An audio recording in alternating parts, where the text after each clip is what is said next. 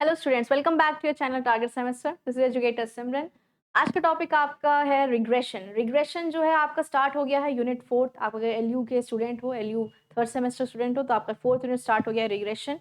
अगर आप डी के भी स्टूडेंट हो तो यूनिट तो मुझे नहीं पता, लेकिन हाँ, रिग्रेशन आपके टॉपिक में भी आता है। आपका स्टैटिस्टिकल बिजनेस स्टैटिस्टिक्स जो आपका सब्जेक्ट है, उस सब्जेक्ट के अंदर आपका ये रिग्रेशन टॉपिक जरूर आता है। तो अगर आप डी के हो चाहे एलयू के हो, ये टॉपिक आप दोनों के लिए उतना ही इंपॉर्टेंट है। ओके, और मुझे ये भी जानती हूँ कि डिस्क्रिप्टिव पेपर है आपका, चाहे डीडीयू बीबीए का है सब्जेक्ट में है, तो डिस्क्रिप्टिव पेपर हो चाहे ऑब्जेक्टिव पेपर हो, तो बीकॉम में भी आपका बिजनेस स्टैटिस्टिक्स है। ठीक, सो बीकॉम में अगर बिजनेस स्टैटिस्टिक्स है तो उसमें रिग्रेशन है, तो उसका आपका ऑब्जेक्टिव क्वेश्चन इंपॉर्टेंट हो जाता है, तो कंसेप्ट वहाँ भी पढ़ना पड़ता है। डिस्क्रिप्टिव पेपर है, चाहे बीबीए डीडीयू का हो चाहे बीबीए बीकॉम एलयू का हो, उसमें भी बिजनेस स्टैटिस्टिक्स एक में नाम आपका है और दूसरे में स्टैटिस्टिकल मेथड करके नाम है आपका एलयू में।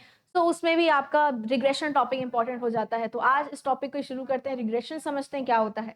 रिग्रेशन स्टार्ट करने से पहले थोड़ा सा आपको पीछे का बताना चाहूंगी कि स्टार्टिंग से हम स्टैटिस्टिक्स को, क्योंकि हम आखिरी यूनिट पे आ गए हैं अपने, इसके बाद हमको इंटरपोलेशन पढ़ना है और कहीं कहीं आपके टॉपिक में प्रोबेबिलिटी भी होगा, तो वो तो चलो आपके इन्फ्रेंशियल स्टैटिस्टिक्स में चला जाता है। डिस्क्रिप्टिव स्टैटिस्टिक्स जो हम पढ़ रहे हैं अपना, इसमें हम चीज़ों को एज इट इज बस डिफाइन कर रहे होते हैं कि क्या है कैसे है। ठीक, क्यों है, क्यों की बात हम नहीं करते हैं, या उसमें क्या और प्रॉब्लम जो आ रही है उसका कॉज क्या, मतलब सॉल्यूशन क्या रहेगा, उसकी बात हम डिस्क्रिप्टिव स्टैटिस्टिक्स में नहीं करते हैं। ठीक, डिस्क्रिप्टिव स्टैटिस्टिक्स में एज इट इज ऐसे समझ लो कि आपके पास 4-5 नोट्स हैं, 4-5 अलग अलग नोट्स हैं, बुक्स हैं।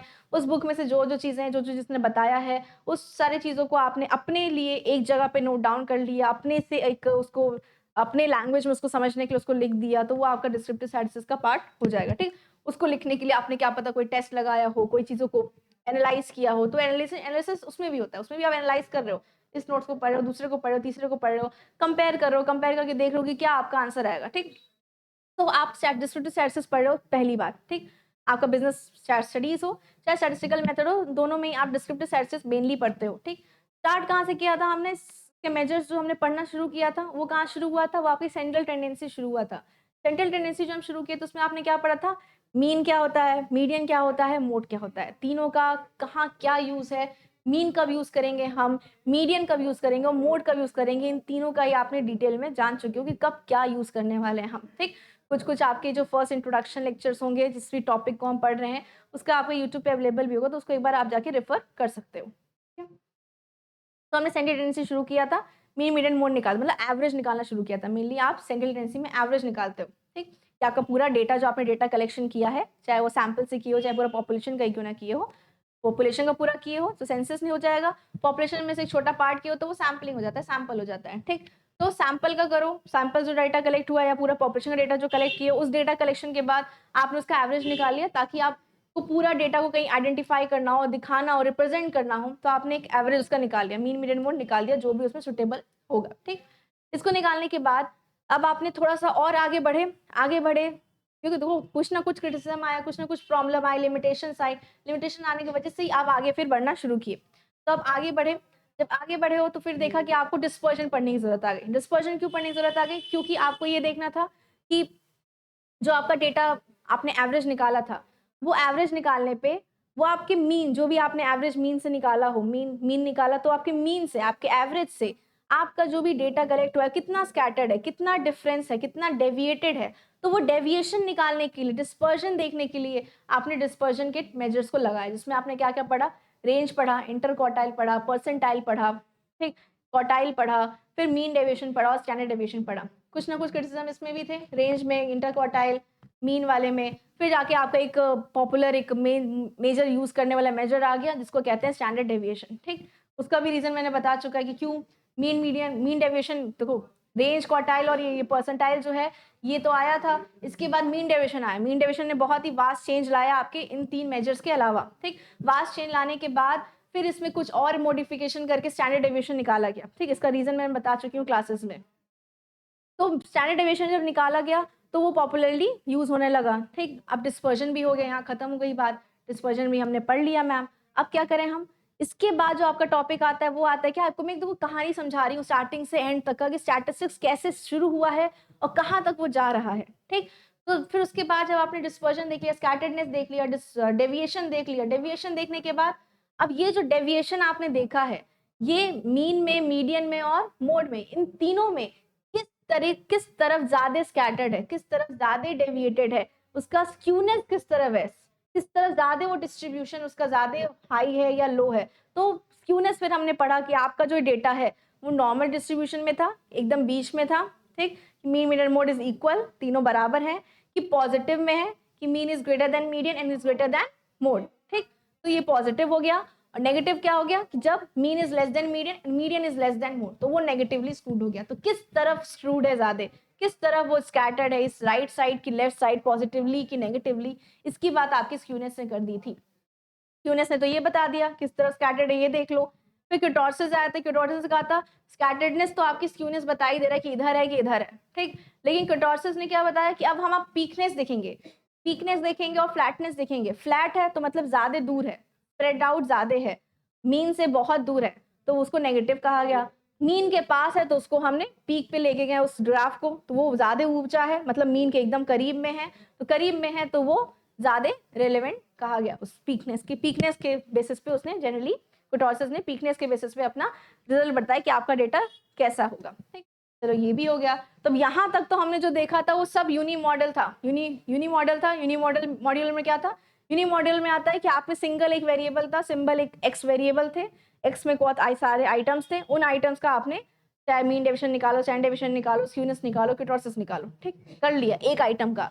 फिर नेक्स्ट आगे आ गया बाई मॉडल, ठीक। बाई मॉडल में क्या हो गया कि अब आप सिर्फ एक आइटम को ना देखते हुए अब ये x items and y items, इन दोनों आइटम्स को आप साथ में देख रहे हो। साथ में मतलब इसका भी मीन निकाला है, मीन डेविएशन निकाला, स्टैंडर्ड डेविएशन निकाला या स्क्यूनेस निकाला, अलग से इसका भी निकाला, फिर इस वाई वाले का भी निकाला, ठीक। अब इन दोनों का निकालने के बाद, मीन स्टैंडर्ड डेविएशन निकालने के बाद, अब इन दोनों को आपस में रिलेट करके देख रहे हो, कंपेयर करके देख रहे हो कि आपस में इनका रिलेशनशिप कैसा जा रहा है। क्या ये जो दोनों वेरिएबल्स हैं एक्स एंड वाई जो हैं, ये दोनों वेरिएबल्स साथ में बढ़ रहे हैं, मतलब एक्स बढ़ता है तो वाई भी बढ़ता है, कि साथ में घट रहे हैं, कि एक्स घट रहा है तो वाई भी घट रहा है। तो ये कौन सा रिलेशन कहलाता है, ये पॉजिटिव रिलेशन कहलाता है। चाहे साथ में बढ़ रहा हो चाहे साथ में घट रहा हो। उल्टा हो रहा है, नेगेटिव हो रहा है या इनवर्स हो रहा है, तो मतलब एक वेरिएबल बढ़ रहा है, एक्स वेरिएबल बढ़ रहा है तो वाई वेरिएबल घट रहा है। तो इसका एक रेंज है, ठीक, इसका रेंज है पॉजिटिव और इनवर्स वाले का, ठीक। -1 से +1 तक का रेंज कोरिलेशन में होता है। तो कोरिलेशन कोफिशिएंट निकालना था, तो -1 से +1 का रेंज है, उसमें भी अलग अलग है। परफेक्ट कोरिलेशन हो गया, हाईली हो गया, फिर मॉडरेट हो गया और लो हो गया। इन 3 तरह की वैरायटी में बांटा गया है। क्वेश्चन सॉल्व करो, जो भी वैल्यू आई होगी, जिस रेंज में आई होगी, वो उस तरीके का कोरिलेशन उन दोनों के बीच में है, एक्स और वाई में, दैट टाइप ऑफ रिलेशन कहलाएगा। हाईली रिलेशन है, कोरिलेशन कोरिलेटेड है, कि मॉडरेट कोरिलेटेड है, कि लो कोरिलेटेड है। ये तो इन कोरिलेशन की बात है। ये भी इसका एक आपका एक फर्स्ट यूनिट जो होगा, फर्स्ट मतलब इंट्रोडक्शन जो पार्ट होगा, वो ये भी आपके यूट्यूब पे अवेलेबल होगा, ठीक। नहीं होगा तो मैं सर से कहूँगी कि आपको हर टॉपिक का जो जो मैंने अभी नाम लिया है, mean median mode, dispersion, dispersion के बाद आपके ये आ जाते हैं स्क्यूनेस, कुटोसिस एंड देन कोरिलेशन। इसका आपको एक पहला इंट्रोडक्शन पार्ट आपको प्रोवाइड किया जाए ताकि आपके एग्जाम पॉइंट ऑफ व्यू से भी आपको बेनिफिट हो, ठीक। लेकिन नेक्स्ट इसके बाद हम स्टार्ट कर, जैसे हमारे सिलेबस जो है वो खत्म होने जा रहा है, तो खत्म होने होते ही हम अपना पीवाईक्यू सॉल्व करेंगे। तो पीवाईक्यू सॉल्व करने में जो भी क्वेश्चन उसमें पूछे गए होंगे उसका मैं आपको डिटेल में आपको वहां पर समझाऊंगी, लाइव रहेगा आपके यूट्यूब पे, ठीक। चलो, तो अब जो पढ़ना यूनी मॉडल शुरू हो गया, सॉरी बाई मॉडल शुरू हो गया, कोरिलेशन देख रहे हैं हम एक्स एंड वाई का, पॉजिटिव है कि नेगेटिव है, चलो ये तो हो गया। अब आज का जो टॉपिक है वो है आपका रिग्रेशन। और रिग्रेशन क्या कहलाता है, कोरिलेशन दो वेरिएबल्स के एसोसिएशन को बताता है, कैसा वो एसोसिएट कर रहे हैं, पॉजिटिवली एसोसिएट कर रहे हैं, पॉजिटिव रिलेशन है कि नेगेटिव है या इनवर्स है, ठीक। लेकिन रिग्रेशन क्या बताता है, ये एक्स वाले में चेंज आने से वाई वाले में क्या चेंज हो रहा है, मतलब कोई एक डिपेंडेंट है और एक कोई इंडिपेंडेंट है। डिपेंडेंट और इंडिपेंडेंट के बीच में क्या रिलेशन है, क्या कॉज एंड इफेक्ट है, ये बढ़ रहा है तो ये बढ़ रहा है कि घट रहा है। एक्चुअली में ये डिपेंडेंट और इंडिपेंडेंट कॉज इफेक्ट की बात करता है। रिलेशन कोरिलेशन में क्या है, दोनों का रिश्ता कैसा है। अब यहाँ कितने से बढ़ने से कितना घट रहा है या कितना बढ़ रहा है, ये कितने वाली बात बताता है, हाउ मच वाली बात आपको कौन बताता है, आपको रिग्रेशन बताता है। तो आज का टॉपिक आपका रिग्रेशन है। रिग्रेशन स्टार्ट करने वाला है, ये थोड़ा बहुत आपको जो स्टार्टिंग में मैंने बताया है इसमें टाइम तो गया है, लेकिन आपको एक कंसेप्ट क्लैरिटी मिली होगी कि स्टैटिस्टिक्स को पढ़ना किस तरीके से स्टैटिस्टिक्स को पढ़ना चाहिए। ये एक बहुत ही इंटरेस्टिंग सा सब्जेक्ट है, अगर इसमें समझ मन लगा के पढ़ना शुरू करो तो आपको बहुत ही मजा भी आएगा और अच्छा भी लगेगा और आपको लगेगा कि yes I have learn something different from others, ठीक। चलो, और स्टैटिस्टिक्स ऐसा नहीं कि सिर्फ आपके कॉमर्स सब्जेक्ट में ही रहता है, स्टैटिस्टिक्स आपके मैथमेटिक्स वाले जो बीएससी कर रहे हैं वो भी स्टैटिस्टिक्स को पढ़ते हैं। तो इट्स नॉट ओनली कि आपका कॉमर्स का बैकग्राउंड है तो ही आपको स्टैटिस्टिक्स पढ़ना है। स्टैटिस्टिक्स इतना वास्ट है कि हर सब्जेक्ट में, हर सब्जेक्ट क्राइटेरिया में आपको स्टैटिस्टिक्स पढ़ाया जाता है। फिर आप पीएचडी करने चलते हो तो पीएचडी आप चाहे जिस भी सब्जेक्ट से कर रहे हो, ठीक, मेनली लैंग्वेज सब्जेक्ट को छोड़ के, अगर बाकी किसी भी सब्जेक्ट से कर रहे हो तो वहां आपको स्टैटिस्टिक्स के टूल्स को यूज करना ही पड़ेगा। तो जब टूल्स यूज करना पड़ता है तो कहीं ना कहीं इंपॉर्टेंट पढ़ने के लिए भी हो जाता है। ओके, सो टॉपिक स्टार्ट करते हैं, regression and regression analysis. Regression और रिग्रेशन एनालिसिस जो है, सबसे पहले मीनिंग देखेंगे हम रिग्रेशन का, ठीक, प्रतिगमन का क्या अर्थ है। तो term regression means to go back और to return to the average. हमें क्या जाना है, वापस से पीछे की तरफ जाना है, देखना है कि क्या था आपके एवरेज में, क्या x का वैल्यू था, फिर क्या x के वैल्यू में से क्या y के वैल्यू में चेंजेस आए हैं। तो इसके बारे में आपको एनालिसिस कौन बताता है, रिग्रेशन बताता है। In statistics regression studies the relationship between two और more variable when one variable is dependent on the other। Simply ये इंपॉर्टेंट लाइन है कि ये क्या बताता है, दो या दो से ज्यादा वेरिएबल के बीच में रिलेशनशिप ये भी बताता है, कोरिलेशन भी बताता है रिलेशनशिप, लेकिन यहाँ क्या बता रहा है, चेंज क्या है यहाँ पर, ये बताता है कि कैसे एक वेरिएबल के ऊपर बाकी अदर वेरिएबल्स क्या हैं, डिपेंडेंट है, कि एक के चेंज होने पे कैसे बाकी अदर जो वेरिएबल्स हैं वो चेंज हो रहे हैं, कितने से चेंज हो रहे हैं, कैसे चेंज हो रहे हैं, इसकी बात बता रहा है आपका रिग्रेशन। तो simply it helps to predict the value of one variable जो कि डिपेंडेंट है, एक वेरिएबल जो डिपेंडेंट है, सिंपली जो इंडिपेंडेंट है, जो इंडिपेंडेंट वेरिएबल है, इंडिपेंडेंट वेरिएबल मतलब उसको मैनिपुलेट किया जा सकता है, उसमें हम चेंजेस कर सकते हैं, चेंजेस उसमें करेंगे, मतलब वो 10 था 20 किया तो 20 करने से जो डिपेंडेंट है जिसको हम चेंज नहीं कर सकते हैं, वो इसके चेंज होने से क्या चेंज हो रहा है, इंडिपेंडेंट के चेंज होने से क्या डिपेंडेंट में चेंजेस आ रहे हैं, इसकी बात आपको ये रिग्रेशन बताता है। ठीक, सो इन सिंपल वर्ड्स में रिग्रेशन शो हाउ मच, मैंने कहा ना ये हाउ मच बताता है, कोरिलेशन क्या बता रहा है, सिर्फ एसोसिएशन बता रहा था कि ये पॉजिटिव हो रहा है कि नेगेटिव हो रहा है, लेकिन अब रिग्रेशन आपको ये बता रहा है कितने से हो रहा है। यहाँ भी रिलेशनशिप बताया जा रहा है, वेरिएबल्स के बीच में क्या रिलेशन है, यहाँ पे वही देख रहे हैं, इंडिपेंडेंट और डिपेंडेंट ही देख रहे हैं, लेकिन कितने से चेंजेस हो रहे हैं, एक्स के चेंज होने पे वाई में कितने चेंजेस आ रहे हैं, या वाई के चेंज होने पे एक्स पे कितने चेंजेस आ रहे हैं, इसकी बात आपको ये बताता है रिग्रेशन। ठीक, तो how much one variable changes when another variable change, जैसे ही दूसरा वेरिएबल चेंज होता है तो एक जो पहला वाला था वो उसमें कितने से चेंजेस आते हैं वो आपको रिग्रेशन बताता है। एग्जांपल के तौर पे यहाँ पे लिखा है, इफ वी नो, अगर हम जानते हैं कि how sale depends on advertising expenditure, आपके एडवर्टीजमेंट करने से, अगर एडवर्टीजमेंट करने से आपके सेल में चेंजेस आ रहे हैं और आप जान पा रहे हो कितने से चेंजेस आ रहे हैं, तो फ्यूचर में आप ये देख सकोगे कि अगर एडवर्टीजमेंट का एक्सपेंडिचर हम और थोड़ा बढ़ाते हैं तो आपके सेल में कितना चेंजेस और आ जाएगा। यही बात लिखा है कि if you know how sale depends on advertising expenditure करने से आपके सेल में क्या चेंजेस आ रहे हैं, अगर आप ये जानते हो तो यू कैन प्रिडिक्ट, आप प्रिडिक्ट कर सकते हो कि फ्यूचर में अगर आप अपने एडवर्टीजमेंट का लेवल बढ़ाते हो तो आपके सेल में क्या चेंजेस आएंगे। तो यही है आपके इंडिपेंडेंट एक्स और मतलब इंडिपेंडेंट वेरिएबल और डिपेंडेंट वेरिएबल के बीच के रिलेशन की बात हो रही है कि ये क्या हो गया, ये इंडिपेंडेंट वेरिएबल हो गया। ठीक, इंडिपेंडेंट कैसे हो गया, क्योंकि ये इसको आप मैनिपुलेट कर सकते हो, इसको आप चेंज कर सकते हो। ठीक, इसको आप चेंज कर सकते हो, इसमें मैनिपुलेशन कर सकते हो, लेकिन इस पे किसी का असर नहीं पड़ेगा, एडवर्टीजमेंट पे किसी का असर नहीं पड़ेगा, लेकिन एडवर्टीजमेंट से बाकी चीजों पे असर पड़ सकता है। एडवर्टीजमेंट से आपका सेल इंक्रीज हो सकता है, डिक्रीज हो सकता है, और एडवर्टीजमेंट बढ़ाओगे और सेल बढ़ सकता है। ठीक, इसी के साथ एडवर्टीजमेंट से सेल पे असर पड़ रहा है तो प्राइस पे भी असर पड़ सकता है। तो ये क्या है, इंडिपेंडेंट हो गया, और ये क्या हो गया, ये डिपेंडेंट वेरिएबल हो गया। ठीक, ये आपको एग्जांपल के तौर से मैंने यहाँ लिखा था, सिंपल वर्ड्स में आपको समझा दिया गया है। तो रिग्रेशन एनालिसिस आपके रिग्रेशन का ही पार्ट है।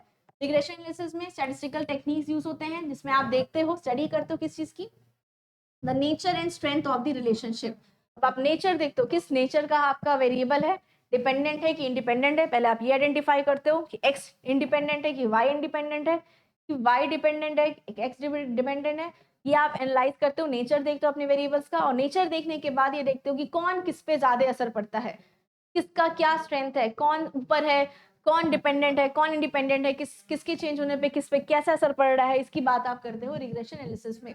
एस्टिमेट और predict the unknown value of one variable from the known other variable, जो आपको नोन है, जैसे आप इंडिपेंडेंट है, एडवर्टीजमेंट है, आपको नोन है कितना खर्चा आप कर रहे हो, लेकिन उसको खर्चा करने के बाद आप चेक कर सकते हो कि आपके सेल पे क्या असर पड़ रही है, तो ये आपको प्रिडिक्ट करने में, एस्टिमेट करने में आपको ये अननोन वेरिएबल्स जो है उसको हेल्प करता है रिग्रेशन। ठीक, तो लास्टली लिखा है it helps in forecasting and decision making. क्या हेल्प करता है?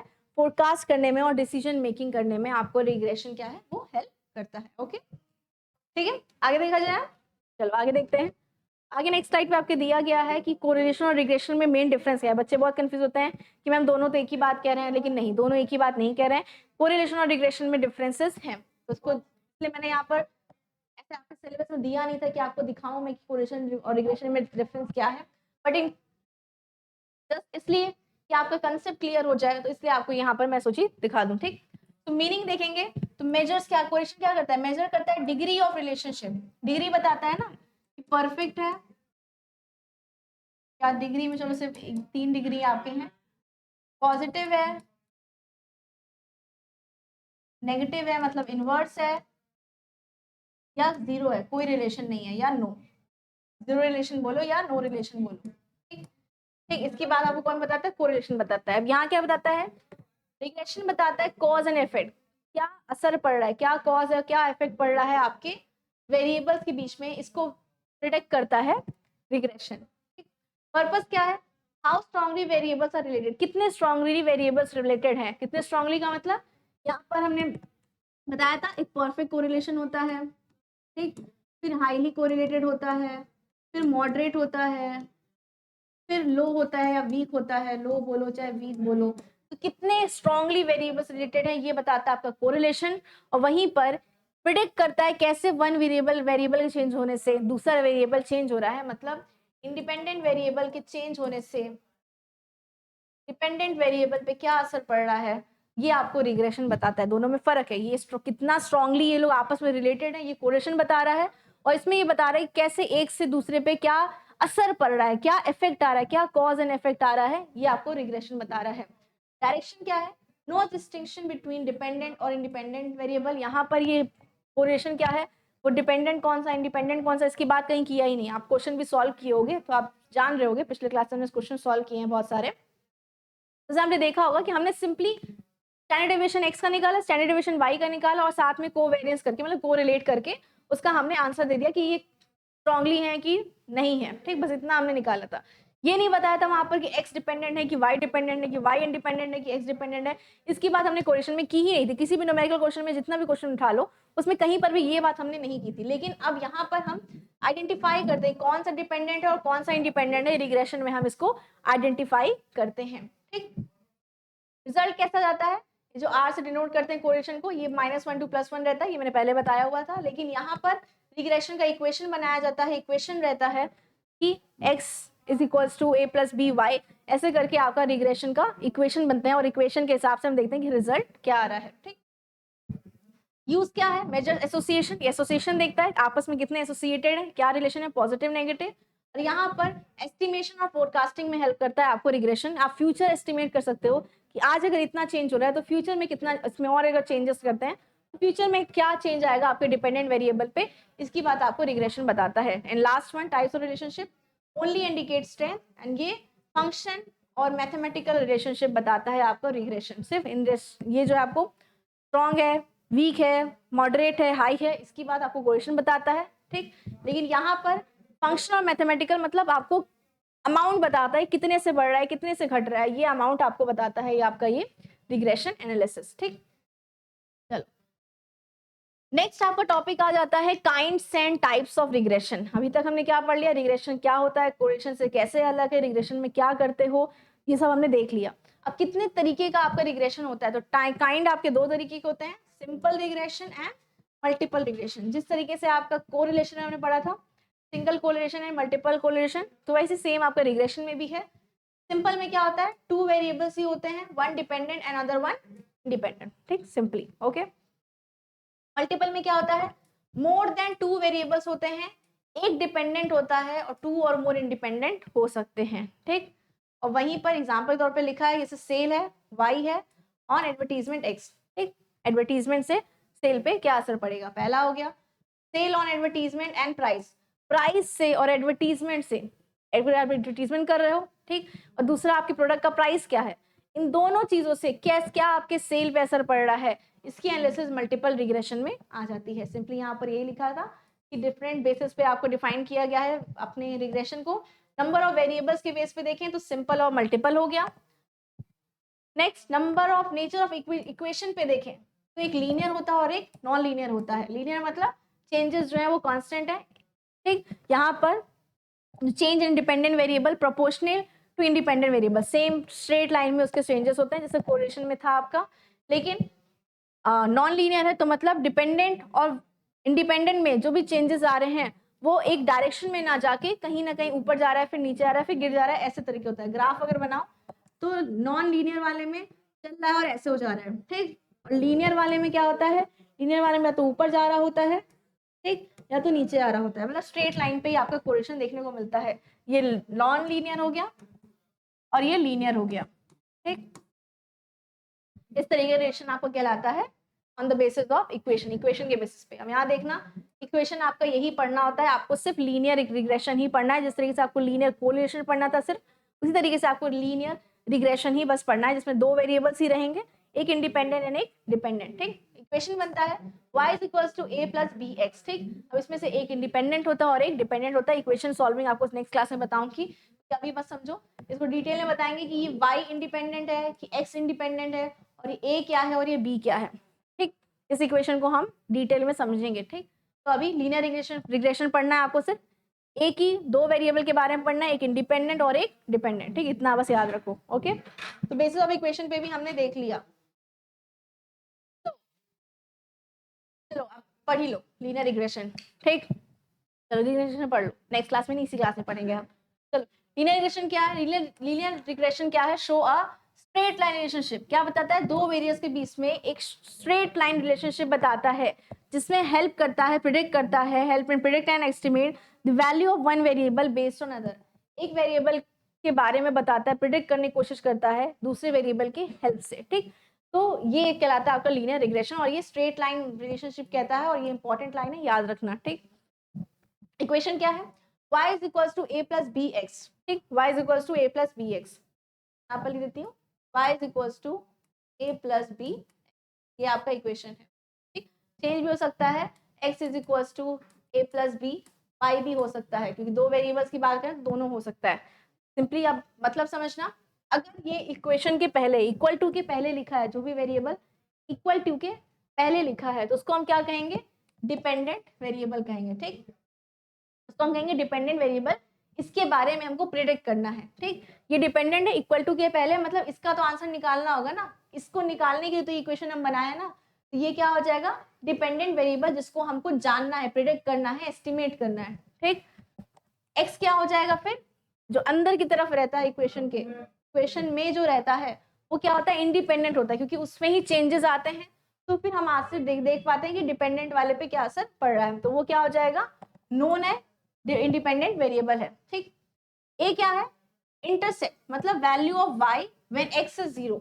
यहाँ पर पहले इक्वेशन को ही देखना, सिर्फ वैल्यू ऑफ y की वैल्यू पता कर रहे हैं जब x क्या है, 0 है, तो ये क्या हो जाएगा, इंटरसेप्ट, ओके। नेक्स्ट, और b क्या होता है, रिग्रेशन कोएफिशिएंट होता है, rate of change in y per unit change in x। x के पर यूनिट चेंज होने से y के में क्या चेंजेस आ रहे हैं, ये कहलाता है आपका b। तो ये एक तरीके से रेट होता है, कितने रेट से चेंजेस आ रहे हैं, ठीक है। x में चेंज आ रहा है तो y में चेंज जितने से आ रहा होगा, और ये a बताता है आपका intercept value of x when y when x is 0। अब इसी का अपोजिट हो जाएगा जब हम ये इक्वेशन बनाएंगे तो, ठीक। तो ये आपका इक्वेशन था लीनियर रिग्रेशन का, आई होप समझ में आया होगा, ओके। तो this was about regression. Regression में आपने क्या पढ़ना है, लीनियर रिग्रेशन पढ़ना है, याद रखना। रिग्रेशन एनालिसिस में आपने देख लिया कि आपको रिग्रेशन, लीनियर रिग्रेशन मतलब रिग्रेशन का मतलब क्या है, क्या क्या चीजें उसमें देखनी है, काइंड्स ऑफ रिग्रेशन कैसे किस तरीके से हैं, और फिर इसके बाद आपने ये भी देख लिया कि आपको पढ़ना क्या, आपको लीनियर रिग्रेशन पढ़ना है। लीनियर रिग्रेशन का आपका यही फॉर्मूला होता है। अब ये दो रिग्रेशन लाइन्स होते हैं, रिग्रेशन लाइंस होते हैं, इन दो बेसिस पे रिग्रेशन लाइंस में देखते हैं कि जब ये आपका डिपेंडेंट वेरिएबल है और ये आपका इंडिपेंडेंट वेरिएबल हो, और जब x आपका डिपेंडेंट वेरिएबल हो जाता है और y आपका इंडिपेंडेंट वेरिएबल हो, तो किस तरीके से चीज़ें चेंज होती हैं, क्या आपका रिज़ल्ट आता है, कैसे इक्वेशंस और बनते हैं, इसका डिटेल में हम कब पॉज़िटिव बन रहा है, कब नेगेटिव बन रहा है, कैसे क्या चल रहा है, रिग्रेशन लाइन्स कैसे आप बनाते हो जब ये जो स्टेट आप लेके जा रहे हो, चाहे ऐसे लेके जाओ, चाहे ऐसे लेकर आओ, तो ये कैसे बन रहा है, कैसे फॉर्म हो रहा है, क्या चेंज कितने से चेंजेस आ रहे हैं, इसका और न्यूमेरिकल भी इसमें आपका इंपॉर्टेंट रोल प्ले करता है। न्यूमेरिकल नहीं कर लगाओगे तो रिग्रेशन इतने अच्छे समझ में नहीं आ सकता, क्योंकि इक्वेशन सॉल्व करना है आपको इसमें। इक्वेशन सॉल्व करना है तो आपको रिग्रेशन लगाना पड़ेगा। रिग्रेशन समझने के लिए आपको इक्वेशन सॉल्व करने पड़ेंगे, इक्वेशंस लगाओगे, समझोगे, तब जाके रिग्रेशन का कंसेप्ट पूरी तरीके से क्लियर होगा। तो आज के लिए इतना ही रखती हूँ। आई होप समझ में आ गया रिग्रेशन क्या है। कमेंट करके ज़रूर बताना कि आपको इसमें और कुछ क्या डाउट है। पूरे स्टैटिस्टिक्स में भी अगर कोई स्टार्टिंग से एंड तक में कोई भी दिक्कत होगी, कोई भी एक्स्ट्रा आपको नॉलेज चाहिए होगा या एक्स्ट्रा कुछ इसमें कंसेप्ट होगा जो आपको यूट्यूब पे अवेलेबल ना हो और आपको कराना हो, क्लासेस में तो लगभग सारे कंसेप्ट चल ही रहे हैं। क्लासेस में भी जो भी देख रहे हो, क्लासेस में भी कोई चीज़ है जो समझ में नहीं आई हो, दोबारा पढ़ना हो, तो एक बार ज़रूर से कमेंट करके बताया करो। आपका कमेंट बॉक्स आपके लिए है। कमेंट करके नहीं बताओगे तो मुझे पता नहीं चलेगा। मुझे नहीं पता चलेगा तो मुझे ऐसा लगेगा ही, या तो आप लोगों को सब कुछ ही आ रहा है कि कोई डाउट ही नहीं है, या तो कुछ भी समझ नहीं आ रहा है। यही दो एक आप इंटरप्रिटेशन मैं कर पाऊँगी, ठीक? या तो आपको जो मैं पढ़ा रही हूँ उसमें इतना ज़्यादा क्लियर हो गया कि कुछ डाउट ही नहीं रह गया है, या तो आप पढ़ ही नहीं रहे हो और समझ ही नहीं आ रहा है, तो कोई डाउट ही नहीं है। तो ये 2 इंटरप्रिटेशन मेरे साथ हो सकती है। तो मुझे कमेंट करके ज़रूर बताओ कि ये समझ में भी आ रहा है, तो हाँ बोलो, यस मैम सब समझ में आ रहा है। नहीं आ रहा है तो क्या नहीं आ रहा है, तो कौन से टॉपिक्स हैं जिसका चाहते हो कि आपके लिए अलग से सेपरेट उसी एक टॉपिक का वीडियो लेकर आऊँ, तो उसके बारे में भी ज़रूर से कमेंट करके बताना। बाकी आपके क्लासेस ऐप पे चल रहे हैं। जो भी अभी भी जॉइन नहीं किए हो, 3 यूनिट खत्म हो चुका है, चौथा यूनिट स्टार्ट हो गया है। चौथे यूनिट में आपका सिर्फ रिग्रेशन है और इंटरपोलेशन, एक्सट्रपोलेशन आपका टॉपिक है। तो रिग्रेशन आपका 2-3 लेक्चर्स में 2-3 टॉपिक 2-3 दिन में खत्म हो जाएगा। फिर इंटरपोलेशन कर लेंगे तो मोस्ट प्रोबेबली 15 नवंबर से पहले आपके सारे सिलेबस जो हैं आपके ओवर हो जाएँगे। 15 क्या 10 तक ही हो जाएँगे मोस्ट प्रोबेबली, 10 टू 12, 13 तक में। ठीक, तो आपका ये जल्दी से मुझे बता देना कमेंट करके। जो लाइव जॉइन नहीं किए हो जल्दी से जॉइन कर लो। पहली बार देख रहे हो चैनल को, आप पहली बार आए हो, मेरी वीडियो पहली बार देख रहे हो, ज़रूर से लाइक, शेयर, सब्सक्राइब कर देना और कमेंट करके बताना कैसा लगा पढ़ के, ओके? चलो तब तक के लिए take care, thank you so much.